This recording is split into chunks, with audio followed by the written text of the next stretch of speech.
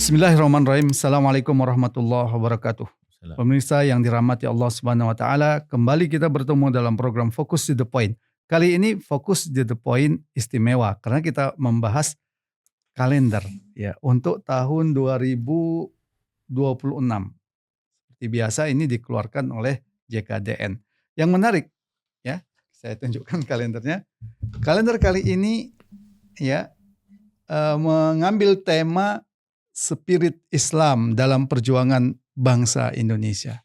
Ini tentu hal yang sangat penting untuk kita bahas. Untuk itu kita akan memperbincangkan ini dengan Ustadz Ismail Yusanto ya. Assalamualaikum Ustadz. Waalaikumsalam. Kalender yang luar biasa. Seperti biasa JKDN selalu mengeluarkan kalender-kalender yang itu memberikan pencerahan dan menggerakkan umat ya. Kenapa diambil spirit Islam dalam perjuangan bangsa Indonesia? Intinya ini didorong oleh semangat digging up the truth. Jadi mengungkap kebenaran. Kita tahu bahwa sejarah kita ini bukan sejarah yang baik-baik saja. Sejarah yang di dalamnya itu ada pengaburan dan penguburan sejarah. Pengaburan peristiwanya ada ditulis tapi tidak di dalam konteks yang benar. Seperti misalnya Kebangkitan Nasional itu selalu disebut Budi Utomo. Disebut juga Syarikat Dagang Islam dan Syarikat Islam, tapi mereka tidak dikatakan sebagai pelopor Kebangkitan Nasional, padahal semestinya mereka lah, karena mereka itu adalah betul-betul sebuah organisasi yang bersifat nasional, national wide, anggotanya Hoso Kraminoto dari Jawa Timur, Saman Hudi dari Jawa Tengah, Aim Sangaji dari Maluku, kemudian Abdul Muiz dan ini dari Sumatera Barat gitu. Perjuangannya juga membebaskan negeri ini dari penjajahan. Ini penghaburan. Juga ada penguburan. Peristiwanya ada tapi tidak ditulis. Seperti misalnya resolusi jihad yang berpangkal dari fatwa jihad. Ini dua peristiwa tidak pernah disebut. Ini hari memang ada diperingati sebagai hari santri, tapi itu juga tidak tepat. Mestinya adalah hari ulama karena itu para ulama, atau bahkan hari jihad. Tidak ditulis, sementara 10 November yang di situ memperingati perlawanan arek-arek muda Surabaya melawan Belanda itu disebut. Sementara apa yang memicu perlawanan itu tidak pernah ditulis. Dan ada banyak lagi yang lainnya yang pada intinya itu ingin menggambarkan bahwa di dalam keseluruhan perjuangan bangsa ini ada spirit Islam gitu. Dan ini penting, kenapa? Karena ada dua. Yang pertama bahwa Islam itu memang menginspirasi perjuangan, bukan menginspirasi, bahkan menjadi pangkal dari perjuangan tokoh-tokoh yang menjadi dasar itu, gitu ya? Menjadi dasar gitu. Itu satu. Kemudian yang kedua itu menunjukkan juga bahwa Islam itu punya peranan besar. Tapi justru dua hal ini yang sekarang coba disingkirkan atau ditutupi, bahkan disingkirkan dan dituduh dengan aneka macam tuduhan yang tak senonoh kalau dalam bahasa saya gitu. Karena itulah maka kita terbitkan kalender ini untuk mengingatkan bahwa ada spirit Islam dalam perjuangan bangsa ini. Iya, yang menarik Ustadz Ismail, halaman pertama ini.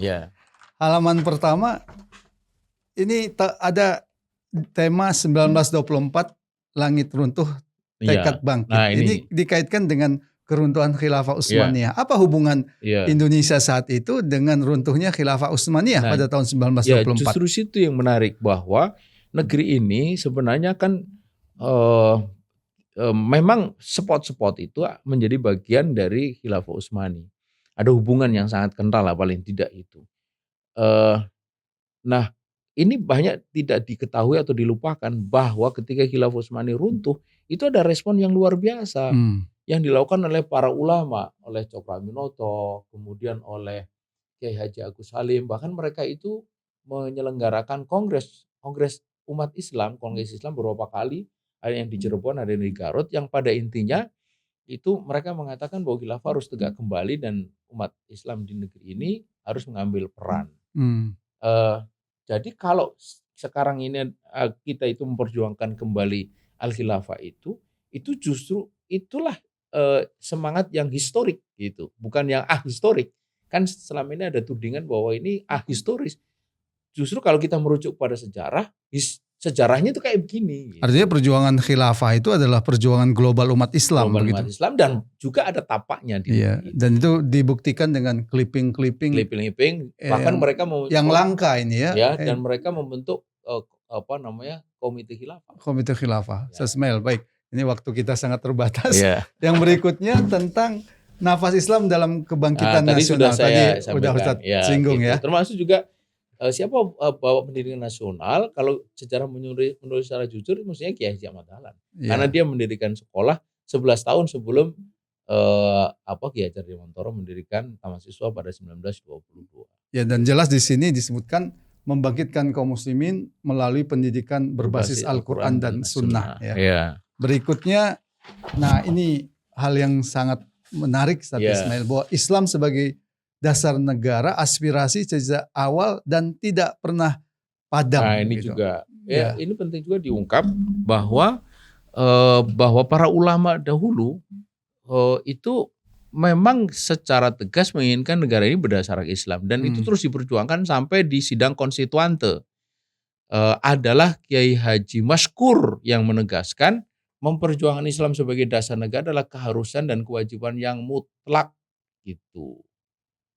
Dan ya, artinya itu bukan kepentingan satu atau dua kelompok tapi ini adalah perintah syariat Islam. Maka aneh ketika kemudian sekarang dianggap mereka yang menginginkan Indonesia berdasar Islam itu sebagai kalau dulu disebut subversif, sekarang disebut radikal. Iya. Pokoknya apalagi dianggap berkhianat terhadap ulama. Padahal dari segi fakta ini kita lihat ulama itu justru memperjuangkan itu. Ini menarik untuk dilihat nanti oleh pembaca dan kemudian bara jihad dalam perjuangan kemerdekaan. Ini terkait dengan yang tadi Ustaz sebutkan ya. Jadi, makanya kemudian mestinya sekarang ini jihad syahid itu harus menjadi bagian yang juga diajarkan, ditekankan, diserukan kepada anak-anak muda. Karena spirit itulah yang dulu membuat pemuda-pemuda itu berani melawan penjajah. Nah sekarang kalau tidak ada semangat jihad, lalu dengan semangat apa kita berani melawan musuh? Ya baik Ustaz Ismail. Berikutnya perjuangan umat Islam di era otoriter. Di sini ada gambar Itsmi, kemudian Bank Muamalah, kemudian ada rakyat tuntut bubarkan PKI. Gimana menjelaskannya? Ya ini memang selepas Orde Lama itu kemudian muncul Orde Baru, dan di sepanjang Orde Baru itu kita mengalami dua fase. Fase yang pertama itu fase yang sangat opresif, bahkan kita tak boleh menyebut syariah, apalagi khilafah, bikin pesantren kilat pun kita dikejar-kejar. Tapi periode kedua ada pelonggaran, bahkan ada dukungan negara untuk berdirinya Bank Muamalat, kemudian munculnya Itsmi dan sebagainya gitu. Nah ini yang kita sebut sebagai era otoriter sampai munculnya reformasi. Iya. Gitu. Baik. Dan itu tidak bisa lepas dari umat Islam. Dari dakwah. Dan terakhir ini setelah era reformasi muncullah era dakwah yang luar biasa. Di sana ada banyak sekali kegiatan-kegiatan dinamika umat yang sebelumnya tidak pernah ada. Seperti misalnya ada konferensi khilafah internasional 2007, kemudian ada 212 tentu saja, tapi juga kemudian di ujung dari era ini sebelum ini di ujung ini kemudian ada juga represifme dalam bentuk yang segi berbeda dibanding sebelumnya, pembubaran HTI dan FPI. Nah, ini mesti menjadi bagian yang harus dicatat bahwa ada kemajuan luar biasa tapi juga ada represifme yang luar biasa di tengah-tengah umat. Tapi terakhir disebutkan umat Islam tetap melangkah. Melangkah. Perjuangan ini butuh istiqomah. Iya, karena kemenangan Islam adalah janji Allah dan kabar gembira dari Rasulullah. Ya, luar biasa. Ya. Pertanyaan terakhir Ustaz Ismail. Kalau ada yang bertanya, apa pentingnya saya punya kalender ini? Nah, kira-kira jawabannya apa? Jika ini nempel di dinding pemirsa, setidaknya di situ identitas bahwa saya juga punya spirit Islam dalam diri dia. Yang kedua, saya juga ingin punya peran di dalam perjuangan bangsa ini ke depan. Gitu. Iya, dan artinya itu selalu mengingatkan selalu mengingatkan. Apalagi kalau tamunya bertanya, ini kalender apa? Sekaligus bisa menjadi wasilah dakwah. Dan apalagi kemudian beli yang banyak. Nah, itu bagus. Terima kasih Ustadz Ismail Susanto. Ya. Pemirsa, demikian tadi pembahasan Fokus to the Point edisi khusus, edisi kalender.